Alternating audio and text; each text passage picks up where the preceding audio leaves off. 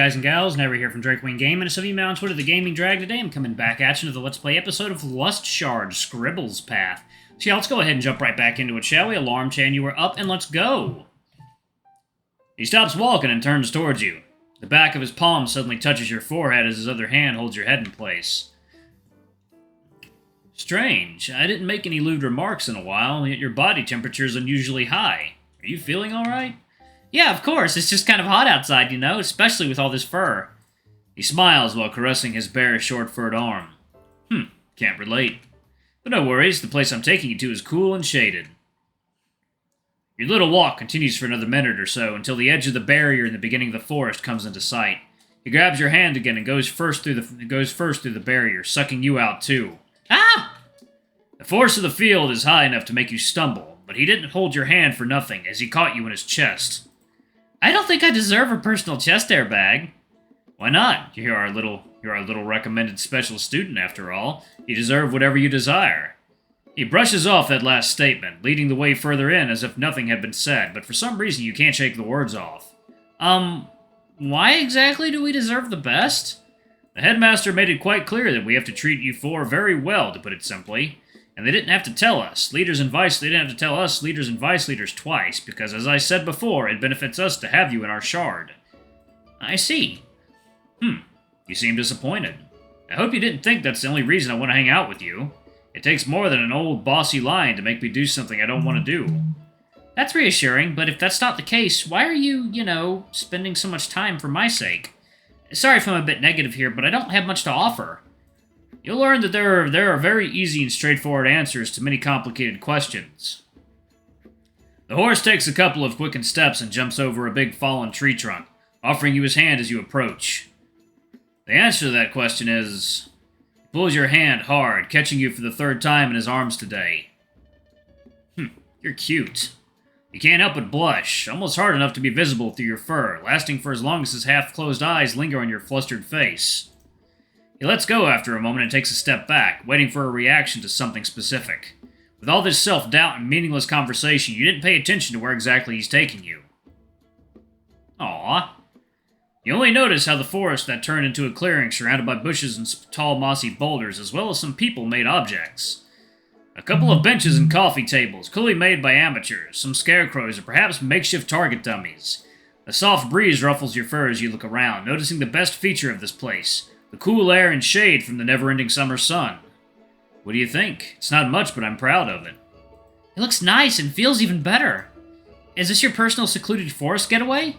It's a pretty popular trope in romance fan fiction. Not that I'm familiar with that topic. Cool new plans for myself. Ransack your mind for all that gay smut. Please don't. I don't have time anyway. Gotta continue the commentary.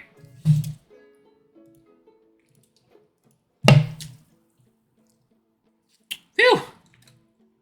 The horse chuckles. Wouldn't say it's necessarily mine, per se, but I was the one to come up with the idea and coordinate the work. It's a special place for the summoners to come together and hang out, or practice, or study. Of course, summoning for fun is not allowed inside a barrier, but here we're free to do whatever we want. Shut the fuck up!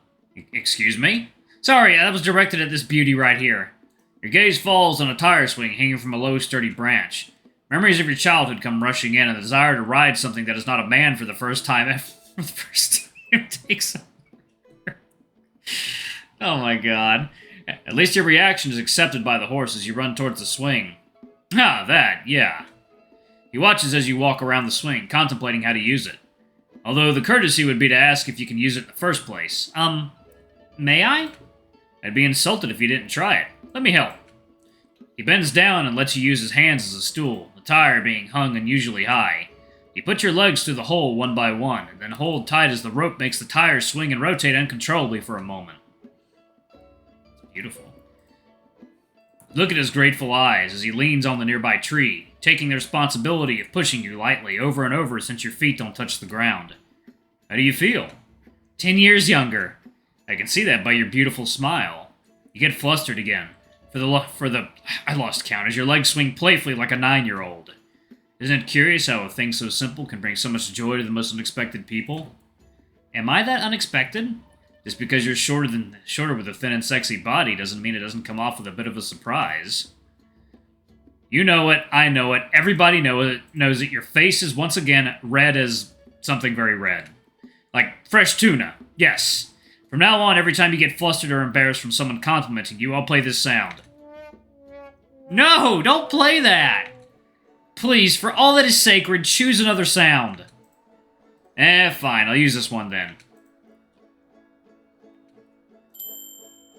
Just any sound so I don't have to make meaningless comments on your feelings all the time. Understandable. Were you against the idea of a swing? Therium looks over to the swing for a moment before responding. It was my idea, actually. Really? Yes. Why? Just because I'm a bit bigger than you physically doesn't mean I don't like fun. Besides, I'm only a year older than you. It's just that you're so proper, kind of like Dallin, but less tied down by rules. Heh. If you ask anyone, they'd tell you it's an honor to be compared to that wolf. But not you?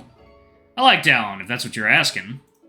But there's something about his ways you don't agree with, is that right? He looks surprised. My, you are one smart cookie. To be honest, I just have different views on the world compared to other people. It doesn't start with the Defenders leader, and it doesn't end with him either.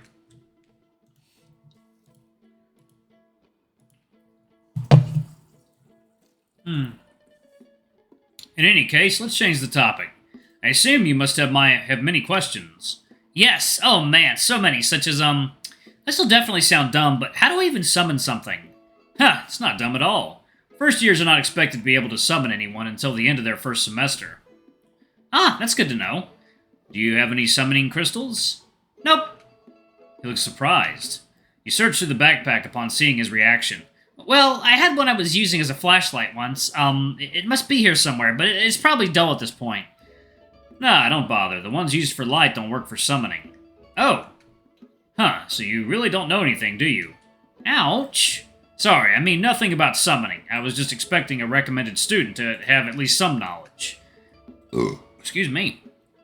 I was mostly chosen based on my magic alone. I'd never really expected to actually join the Summoners. So what made you change your mind?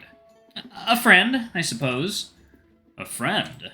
Yeah, he's a big fan of Summoners and Nightfallen, but it's a delicate matter. I see. Well, a little context, then. We have the day-to-day energy crystals, the ones we buy at the store. Prices don't even reach triple digits, usually. Do you know where those types are collected? I assume from weak Nightfallen. Bingo, the weakest of them all. There's some slimes here and there, maybe a low-tier mimic. Those can store energy like a battery within them and are the only ones that can be easily recharged by simply not using them for a while. Obviously, they don't have that much power to them, only used for flashlights, light bulbs, and such. I've seen people summon weak Nightfallen too. How do they do that? Not any crystal can be used for summoning. Their gems must be collected with care to be used for summoning. If the Nightfallen was killed, the gem is lifeless. Nothing more than wasteful energy. So we don't kill them. We'll leave the killing to the Slayers and Sorcerers. We're here for the fun part. So do we still... fuck them? Yes. Great! I mean, good to know! As a summoner, you'll learn more about that over time. You can go back to the academy and get some for your level. I smell a choice menu coming up. Oh my god, it's huge! Desperate to stay here with your new man and your swing, you quickly think of a new question and topic. What about those auditions, eh? This year I've heard the headmaster wants to do them publicly. The summoning auditions are never very fun to watch, at least not for the first year, since as I said before, most of them don't manage to summon much. After that, it's practice sessions for everybody else. Will you partake in a practice session? No, that one, that's once again only for the fresh meat. How about your own crystals? Do you have any? Once again, your question stuns him for a fraction of a second. I do, but they're too advanced for you. Can you at least demonstrate what I have to do? He thinks some more. Fine. I have one you might like. Here, let me show you. Actually, let me see. What, the only question you can think of? This year I've heard the headmaster wants to do them publicly. Oh. Who designed this menu? I hate it here. How about your own Nightfall? Okay. How about your own crystals? Do you have any?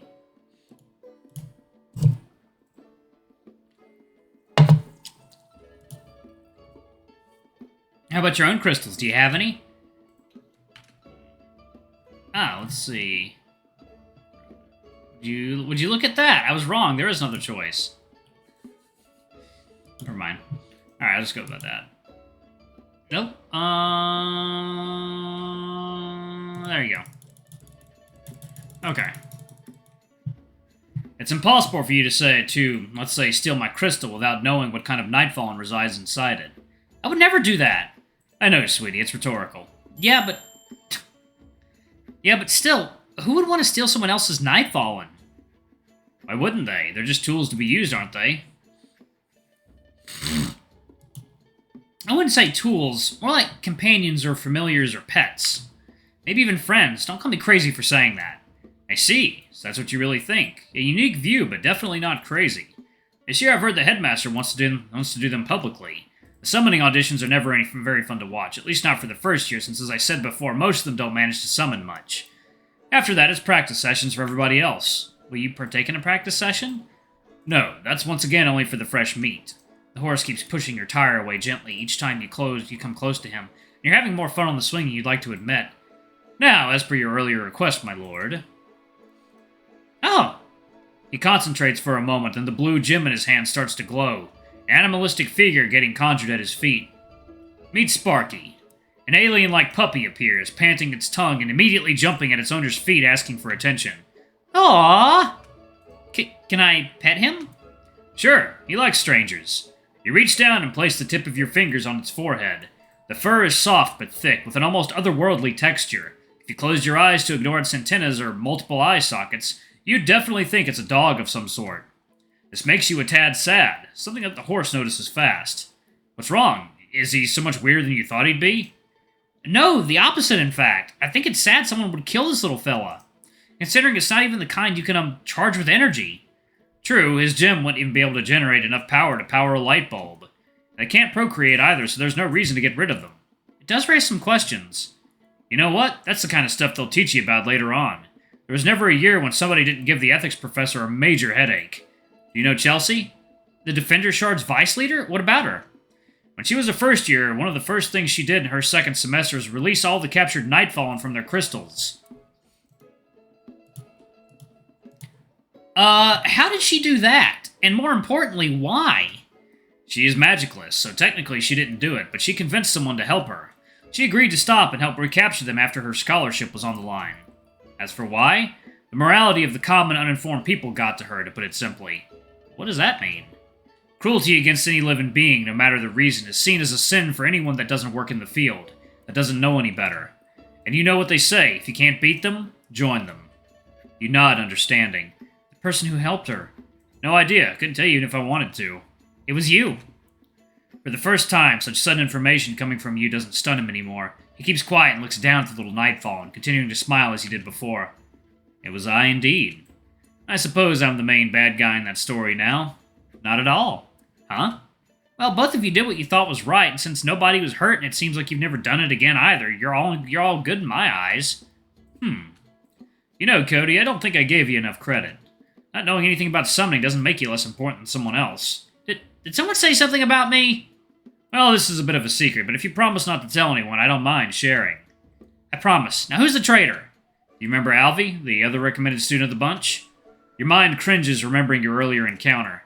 Yep, something sounds familiar about that name.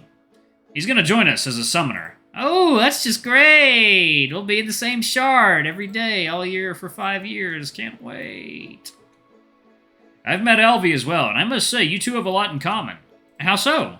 First years, recommended students, shy, extremely cute, and very talented in summoning. Alright, I'm gonna pause it right there. Thank you all so much for watching. Don't forget to like, comment, subscribe, ring that notification bell, and check out our Patreon if you can. It always helps. Before I go, I'm going to give a quick shout out to our lovely bronze tier patrons. Thank you all for all I do for the channel. We greatly appreciate your support. Thank you to our silver tier patron, Cade Summer. Thank you for going above and beyond. It's greatly appreciated. Thanks to our 2 gold tier patrons, Zeke and Toby. Y'all are awesome. We love you. Thank you for subbing to Ultimate Tier. Anyway, if y'all want to get your names in the credits, get access to all of our Not Safe for Work contents as little as $5. Alrighty, I love you all, and I'll see you all in the next video. Bye-bye!